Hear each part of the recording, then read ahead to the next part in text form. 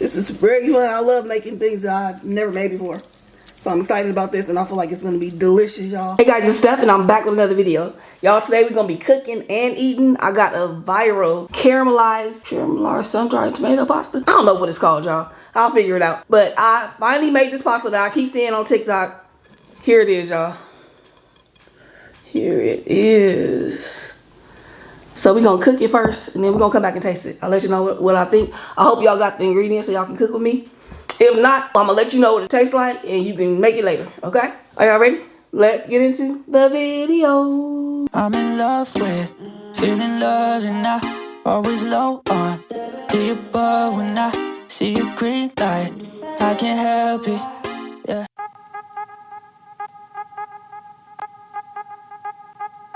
So for this recipe, I'm gonna be using Bowtie pasta, about half a box because I'm making a small portion. A lot of people have done this with no meat. I did see some people using chicken, seafood. I'm going to be using some ground turkey because I had some thawed out. And I think it would be good in this. I'm going to put about a half a pound in it. Start off browning that.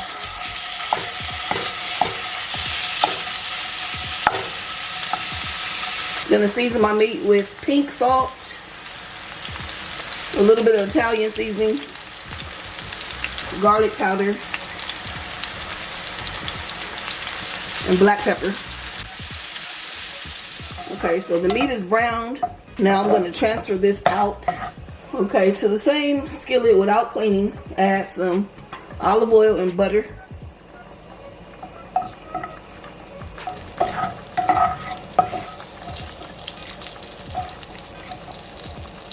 I don't have any measurements, so I'm trying to do it how I felt like it was done by the person. It looked like it was about this amount of butter in there, so I'm gonna leave it. Add your onions. Gonna add a little salt to this, and then you're gonna cook them low for around 30 minutes. All right, y'all. So new skillet. We're gonna be adding oil from sun-dried tomatoes. All right, so I'm gonna add in my caramelized onions. Ooh. I have some roasted garlic that I air fried. Also got a little fresh garlic. Gonna add some sun-dried tomatoes.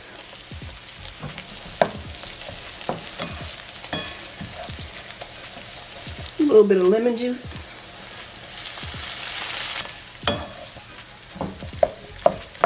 Now I saw some people using coconut cream, heavy cream, milk, cream cheese. I have half and half, y'all. I'm trying to make an effort to not buy a bunch of stuff if I have things that I can use. So that's what I'm using today. Cream it up.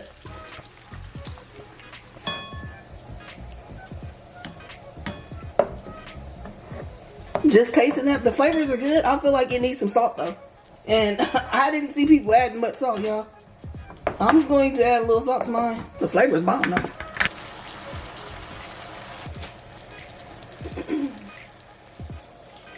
I love how thick and creamy this is without having to add like flour or cornstarch or even like extra cheese to thicken it up. It has a really nice thickness with all the onions. I'm gonna add a little bit of red pepper.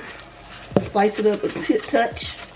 If you don't really like salt, you don't really need it, to be honest. If you want to add a little salt, you can, but it's really delicious, y'all. I did add a little bit of salt, I ain't gonna lie, but you don't need a lot. I'm gonna add in half my meat because I'm not sure if I have enough sauce for the whole thing. We'll see. So half my ground turkey, spinach. Some people did the spinach, some people did not. I like vegetables, so I'm gonna add it in mine. About a tablespoon of fresh parsley. To me, fresh parsley has a very strong flavor. If you've never tasted it, maybe you start with a little bit. I feel like it's kind of an acquired taste. Let me know what y'all think about that. I don't feel like this needs it, to be honest. Throw in some dried parsley if you don't like the fresh. I'm gonna let this sauce simmer while I make my zucchini.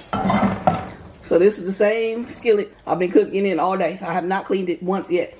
So we got remnants of the ground turkey meat, butter, caramelized onions, and then I also put in some of the roasted garlic, a little bit of fresh garlic, feel like I don't have enough oil in there, so I'm gonna add a little bit of olive oil. I'm gonna heat this on the highest I can because I want to cook my zucchini very fast so they can get brown but have a bite. This garlic mix I'm gonna let kind of saute in the oil, but I'm gonna take it out before I put in the zucchini so it doesn't burn, and I'm gonna add it back later. Try to drain off the oil back into the skillet.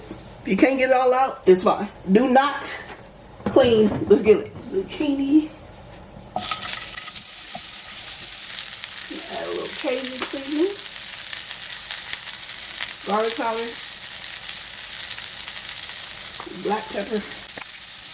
Paprika. If you want your vegetables to be brown, don't start mixing shit around. Let it sit there. Okay? Don't mix anything around. If you want to take a peek and see if you at the brown level yet, do that. Trust your skillet.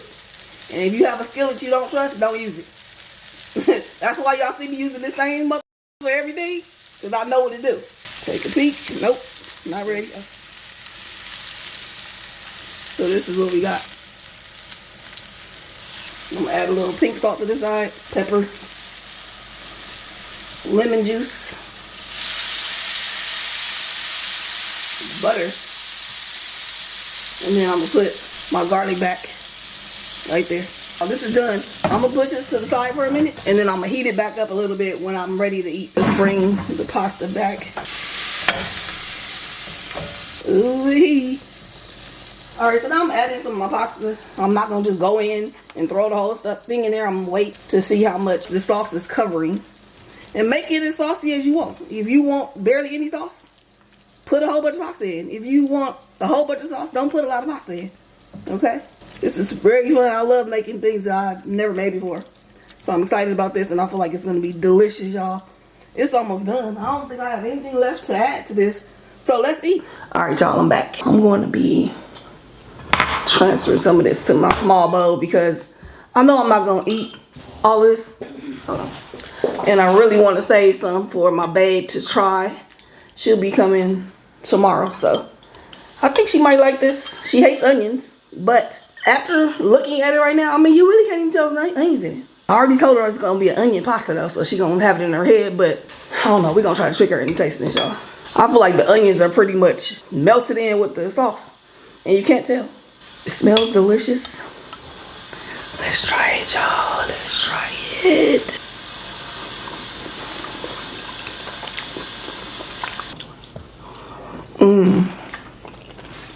Oh my god, that's good. I love it with this ground turkey too. I'm trying to imagine. Chicken I feel like would be good. Shrimp would be cool, but I don't feel like it would be as good as this ground turkey. Oh god, this is good. Oh, the flavors are so good.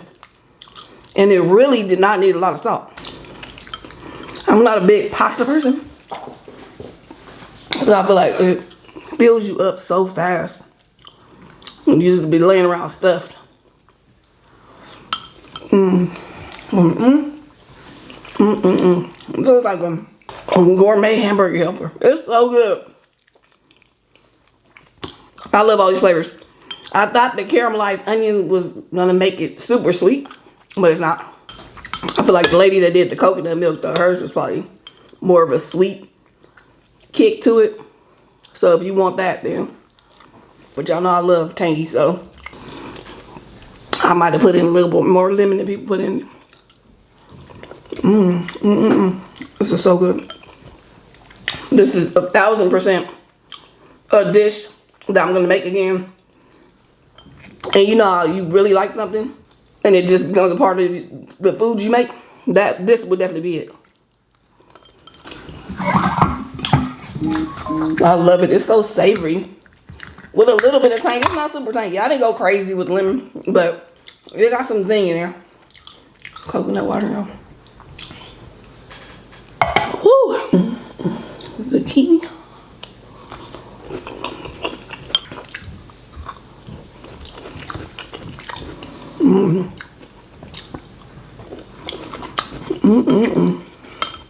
Y'all, I was so hungry too. I waited so late to start eating that I was already starving once I started cooking. But I was like, The recipe ain't gonna take long, so I ain't tripping. Then I went to see how it's really made. Because, you know, on TikTok, they showing everything fast and clipping and doing all that.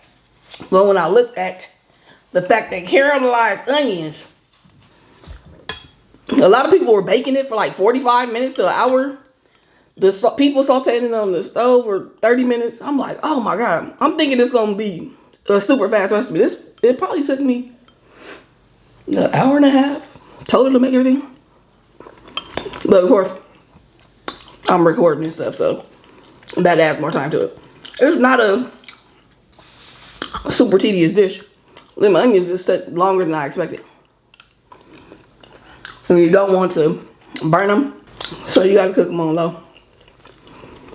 But it's worth it. This is so good. For y'all that cook with me, let me know if you like it. I'm gonna put the ingredients in the community post. I didn't have measurements, but I'm gonna try my best to create it based on what I look like I did. When you're cooking the sauce, make sure you're tasting it. Okay? I didn't just follow exactly what they said. I started tasting and adding what I want. I think I would have added a little bit more of the sun-dried tomatoes because I really love sun-dried tomatoes. But other than that, this was it, y'all. So last time I was talking about marriage at first sight, and we talked about, I get to watch the finale tonight too. Talking about Brittany and Will today. Damn, I done forgot to look their name, but if you watch the show, you'll know who I'm talking about. The couple, well, he wants kids, like multiple, in a pretty quick time frame. And to me, it sounds like she could live without him. Yeah, she definitely don't want to have more than one pregnancy. And I didn't feel like she wanted to have it very soon either. I feel like she wanted some time for them to build a nice foundation, have fun. Maybe she probably has some stuff going on in her career. I don't know. But she definitely was not worried about kids. He definitely was. She seems very bossy, very entitled, and a little bit selfish to me. Not because of the children thing. It's just other stuff. It seems like he's constantly having to work to make her happy and make sure she has everything she needs. And I don't know if he's getting that in return, you know? Like she's always complaining about something. She kind of wants to change up how he is to fit in what she wants.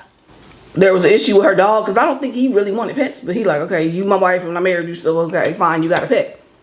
But in her mind, now that we're married, you now have a pet. But he like, no, you have a pet. You know what I'm saying? And she like, well, I expect, basically she expected a new parent, an extra parent for her dog. How y'all feel about that? I feel, because I personally don't want a pet. I like them, they're fun to play with, but I don't want the responsibility 24/7 of a pet. So I personally don't want one. And I don't think I would date a person that had a pet, just because I did it before, especially ones that are very close to their pets, where they're kissing on them, they sleeping with them. I can't do that. Okay? So I already know I can't do it though. So I wouldn't do it. But I also feel like people that have pets can't expect somebody to love and want to do everything with pets like they do. So if they really care about having this person that's going to be the other parent, they need to make sure they're dating a person that really loves pets. It goes both ways. I think both are responsible for determining who they should date. But if you are going to decide to date somebody who's not really into pets, take care of your own pet. Okay? And the sleeping with you and all that, come on now. You in a brand new marriage. Nobody want no dog sleeping with them. Unless they want dogs sleeping with them. There's some people, if y'all both want the dog sleeping, fine. But you gotta understand, not everybody wants that. Anyway, so one day, I guess she wanted him to walk the dog. And like you said, he's been doing it sometimes when he wants to or can. But at that moment, he didn't want to. Okay? She got her panties in such a bunch that he didn't want to walk the dog this one time. And he's like, that's your dog. At any moment, if I feel like I don't want to do something, I shouldn't have to. Sorry. Now, yes, I think you're there to help your partner with stuff, whatever they have on their plate.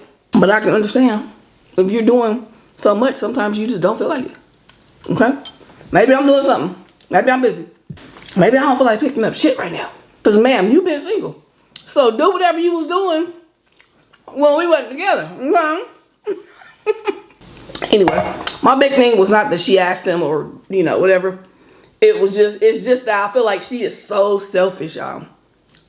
When he had one little issue, she almost crashed out. Okay? Yet she wanted to talk about everything he ain't doing. Why he ain't, the dog's other parent, just, girl, bye. So anyway, I feel like they're kind of a good match. Because he's more laid back. You know, she's high strung, you need this, need that. It may feel like a good match because he allows them not to have to argue about the stuff so much. But I feel like down the line, he's going to become resentful. He might. Not saying he definitely will. Maybe there's people that last in these kind of relationships forever. But I feel like a lot of people are giving in the beginning. You know, they're giving until they feel drained. You know, they're trying to give, but then you continue to take, and just start taking advantage of this poor, sweet person. And now they drain, they ain't got shit left. So they end up being resentful. So, I don't know. Tell me what y'all think. Do you think it would be better for her to be with a guy like him that can take all her crap and, I guess, absorb it and suppress his feelings, or I don't know what he's doing to get through her selfish, entitled stuff. Or will she be better off with a person that will stand up to her and, you know, call her on her crap and, you know, help her? I feel like she needs to tone down her issues and, you know, realize what she's doing and become a better person. I feel like what he's doing is almost enabling her to never change. You get what I'm saying? I feel like me and Wiz, the person I'm dating, if y'all don't know, we are very similar. Like, we're very opinionated, strong-minded people that are going to say something when we need to say something. You know what I'm saying? So sometimes we bump heads. You know what I mean? But I think it's become really good. Like, in the beginning, it was like, oh, are we going to be arguing too much?